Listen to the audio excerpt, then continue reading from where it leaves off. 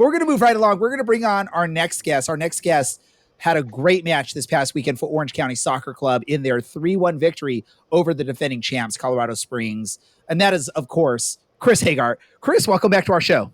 Hi, guys. Yeah, thank you for having me again. I appreciate it. Yeah, and we love Larry was watching you in the green room and watching your reactions to some of the stuff. I guess you had some reaction to either my prediction or what we were drinking or what I was drinking. What was the reaction to? Was it the score prediction? Yeah, your score prediction was a bit crazy, but it's okay. Yeah, it's one of those things. I started this years ago, and somehow I just went with a random weird prediction like that, and we went on like some good runs. So anytime we're struggling, I jump back onto that train and say, hey, let's do that prediction. I did it last episode. That was the first time I think I did it this season.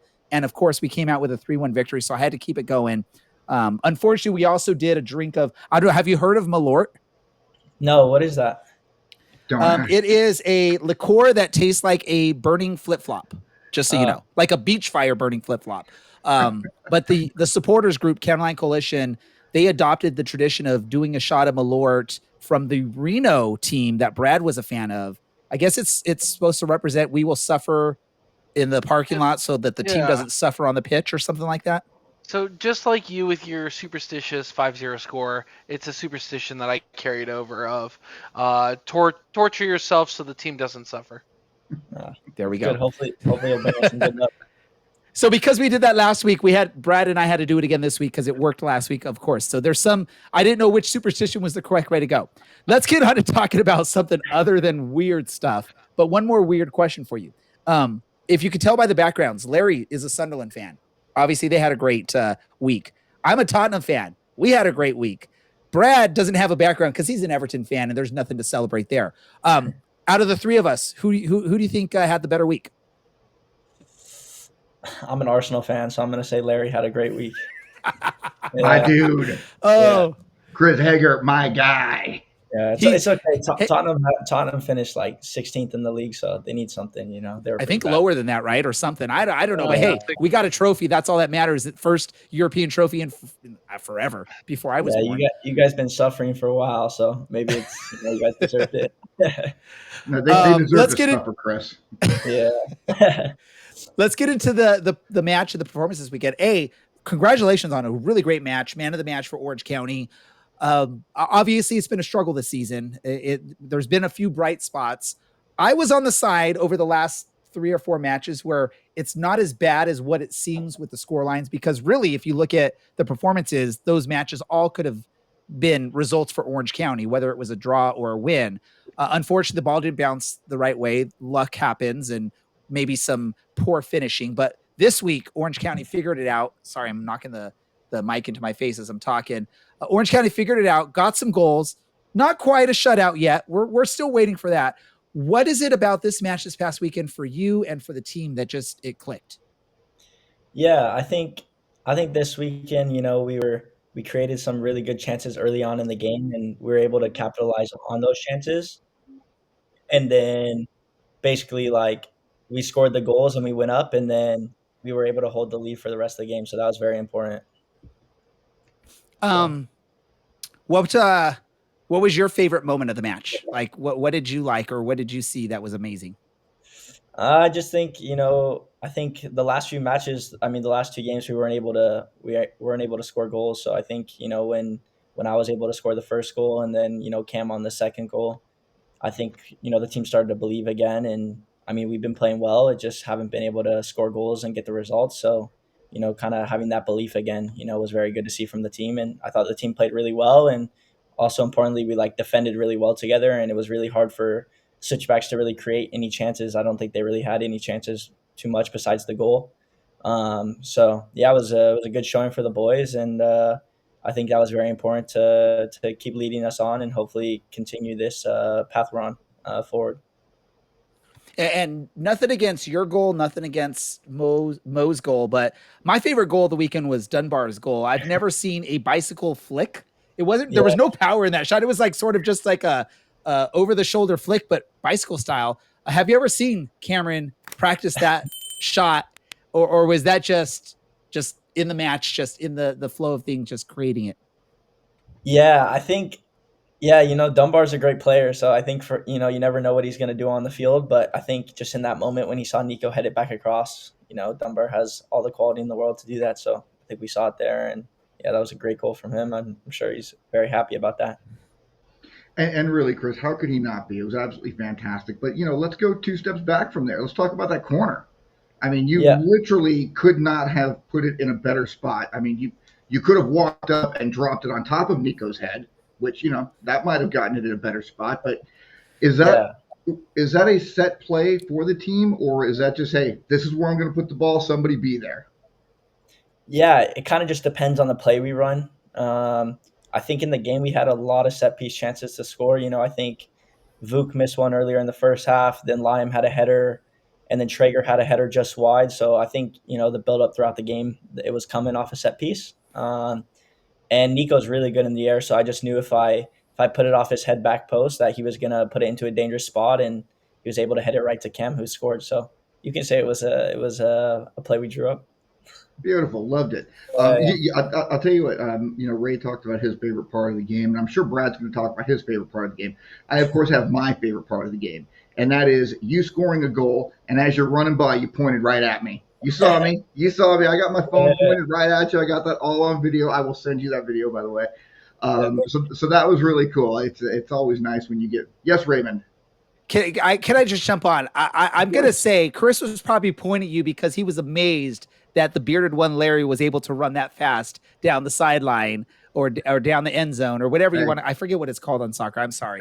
But go for it. Go for it, Larry. Finish your question. Hey, the old fat guy can keep up with them after they have scored and they're just jogging off to the side. At any other time, I'm going to pull a hammy. That's how it's going to work out. So, Chris, I want to ask you a couple of off the wall questions, not the normal questions, because we've talked about your childhood, and we've talked about stuff when you were on the show before, and when you thought you were going to be a pro soccer player. But I am curious.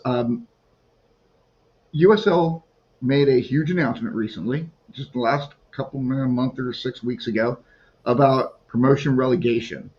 What are your thoughts? What are the guys in the clubhouse's thoughts about this? Do you think it's going to be good for American soccer? Do you think it's going to make the USL more competitive with MLS? Yeah, that's a good question, actually.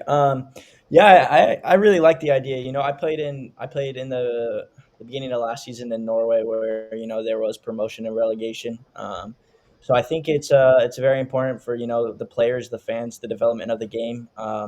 It puts a lot more pressure into the game, and I think the fans can engage in that. And in other leagues, you see players playing in the second division, and then all of a sudden, like your Sunderland team, they're playing in the Premier League next year, and I think that upward mobility is very good for players, because I think there's a lot of players maybe that are in USL that could play in MLS, or that are in USL League One that could play in USL Championship. So I think it's very important that there's like the upward mobility for players and for clubs to move up, and I think it will only help the development of the game, and teams get better.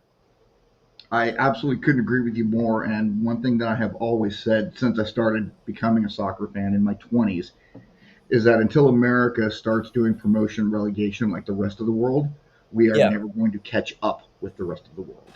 Yeah, and a funny story, when I was playing in Norway actually last year, the guys were asking me what do you mean you guys have playoffs in a final and nobody goes up or down? And I was trying to explain it to them. They're like, this is crazy. I don't understand how you guys do this. It's like, yeah, it's soccer in the U.S. Hey, that's America. We like to try and make up our own stuff when other stuff has been working fine for 140 years. One more from me, Chris. What cleats and shin guards do you wear, and any particular reason why? You like the color? You like the feel? Yeah, I just wear Nike boots and Nike shin guards. I don't know. I've always wore them in my life, and they just feel comfortable. So I feel like I'm at my best when I'm wearing those two pairs. So yeah, nothing too deep about it, but that's just how I've always been.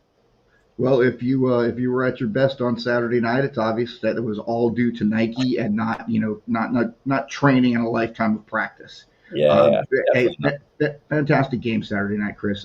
Yeah. That's as good as we've seen you play. That's as good as we've seen the team play. Yeah, and I'm going to turn it over to Ray or Brad. I think they probably got some questions, and I'm going to stop talking for a while. Really quick, producer Andy jumped on the stream, I think. So Regarding shin guards, Chris, do you wear those little postage stamp shin guards or do you wear actual shin guards? No, I have actual shin guards. I would say, I get fouled a lot, so I'm trying to protect my shins from getting kicked. So yeah, I just wear the Good regular man. one. Thank you Yeah, for setting a good example for my children. yeah. Some people's shin guards these days are really small, so it's crazy. Awesome. All right, Chris. I'll ask one good question and one silly question. Good question for you. It's a two-parter.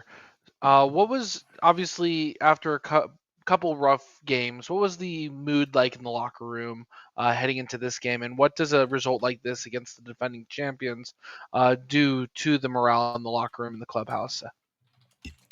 Yeah, that's a great question. Yeah, I mean, in any professional sports, when you're losing and you're not winning games, it's very tough for everyone involved. You obviously you get a little bit more tense, you get a little bit more stressed. But I think the boys and the staff and the upper management never gave up on us, and we never gave up, and we knew like we have the talent in the room to win games. I mean, we were playing really well, we just weren't really getting the results the last few games.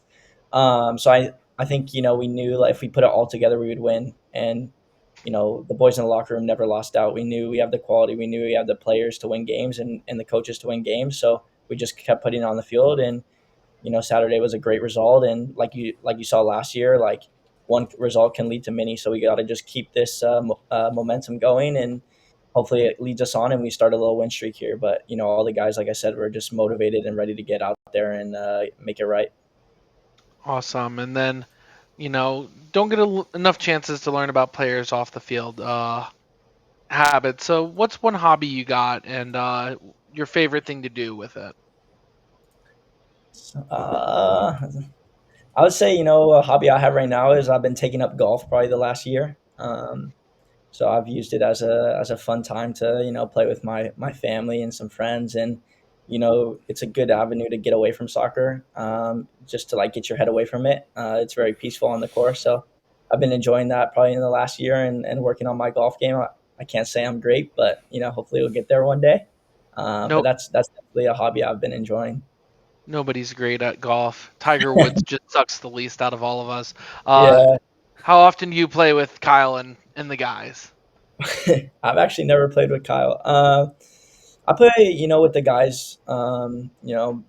Maybe like once every few weeks. We go to the little driving range often just to work, but like during the season, it's tough to get out there too much because you got to take care of the body and rest a bit. So during the season, it's tough, but in the off season, I'll try to be out there, multiple times a week. And Larry wants me to ask your favorite course.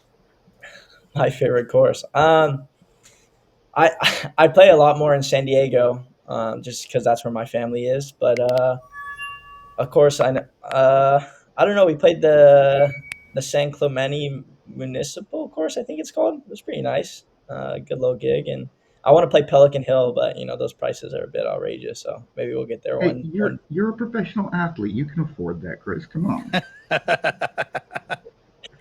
Oh, Yeah, Hey, for listen. If sure. you ever So, happen to play Tejeras Creek out in Rancho Santa Margarita, when you get to hole number 5, just yell my name. That's where I live. So you can find me. I'll oh, come you and live I'll on throw the you golf guys a course? beer. Yes. Oh, we'll perfect. Yeah, I'll have to play there then. we'll get you the address so you can actually like swing and get the ball aimed right at Larry's window, so you can break a window in his house, and he has to fix that. Um, Yeah, have you you're ever have you right. ever done foot golf? Have you ever done foot golf? I've never done foot golf actually. Maybe like one time when I was younger, like 10, but no, not in. I already kicked the ball too much, on the training pitch in the game, so try to stay away from Can, that. can I say foot golf is deceptively difficult. It's not as easy as it sounds. It's hard to precisely aim a soccer ball to a location when you're kicking it. It's a very difficult thing. I know golf is hard, but foot golf is actually it sounds easy, but it's really hard, right? Yeah, it's tough. It's not an easy sport for sure. Well, let me do this because we typically have some fun questions as well. We've already started that, so great. I'm going to give you the choice. Do you want to go music? We're going to do 10 quick response questions. Music or food? You pick the Food, category. food. Food. All right, we're going to go food. This is courtesy of Google Gemini. This is where I have it create some great this or that questions for us. So here we go. You I'm a ready, big- Chris? First Yeah, I'm a response. All right, go ahead. All right. Crunchy raw carrots or soft cooked carrots? Raw carrots, All right. Spinach or lettuce in a salad? lettuce, All right. Corn on the cob or mashed potatoes? corn on the cob, Spicy jalapenos or sweet bell peppers? sweet bell peppers, Roasted Brussels sprouts or steamed broccoli? roasted Brussels sprouts, Onions or garlic? garlic, Mushrooms or asparagus? asparagus, Sweet potatoes or plain old russet potatoes? sweet potatoes, All right. Cucumber slices or tomatoes? cucumber slices, All right. Hidden vegetables in a dish, sort of like a smoothie or something like that, or just enjoying straight out raw or vegetables as like the star? I'll do the smoothie. The smoothie. Hide those vegetables away and get some good flavor with other stuff, right? A little green smoothie. Oh, nothing better. There we go. Awesome. I'm going to ask Brad, Larry, do you have any additional questions for Chris, or can we wrap this up? Well, in regards to food, I mean, I'm going to guess Chris isn't a vegetarian. So ribeye rare or New York strip medium rare? Well, no, you got to ask rare or well done. No, because because I like Chris, and if he says well done, I'm going to stop liking him. No. I'll take a New York strip medium rare. Perfect. There we go. Me and Look at that. it's funny. Me and Cola Santos actually just barbecued some steaks right before I came on the show. So Beautiful. See? yeah. Oh, you could have invited us over. We could have done it live from the Koa and Chris barbecue, man. We could have done a cool barbecue, like cooking with the Orange and Black Soccer Cast session.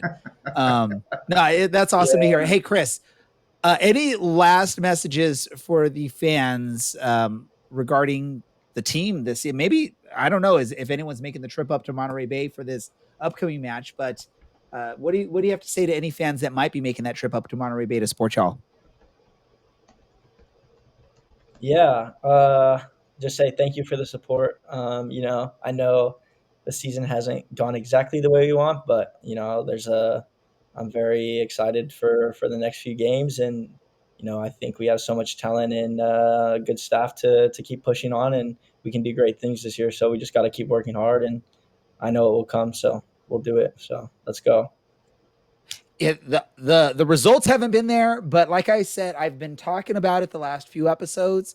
The team looks like they're there, just the results haven't happened. So just keep up the hard work, Chris. Y'all are going to get there. We have faith in you. Yeah, we have faith in what y'all can provide. You must have motivated the team when you put the 5-0 score for switchbacks on the channel midweek.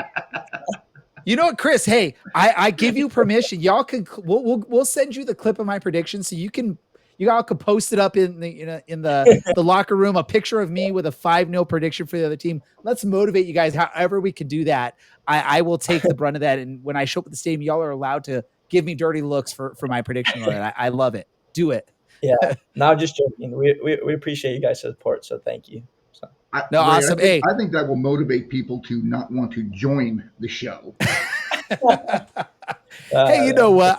I think, Chris, come on, be honest. Y'all have fun when you come talk with us. We try to make it fun. We don't give you guys the difficult stuff.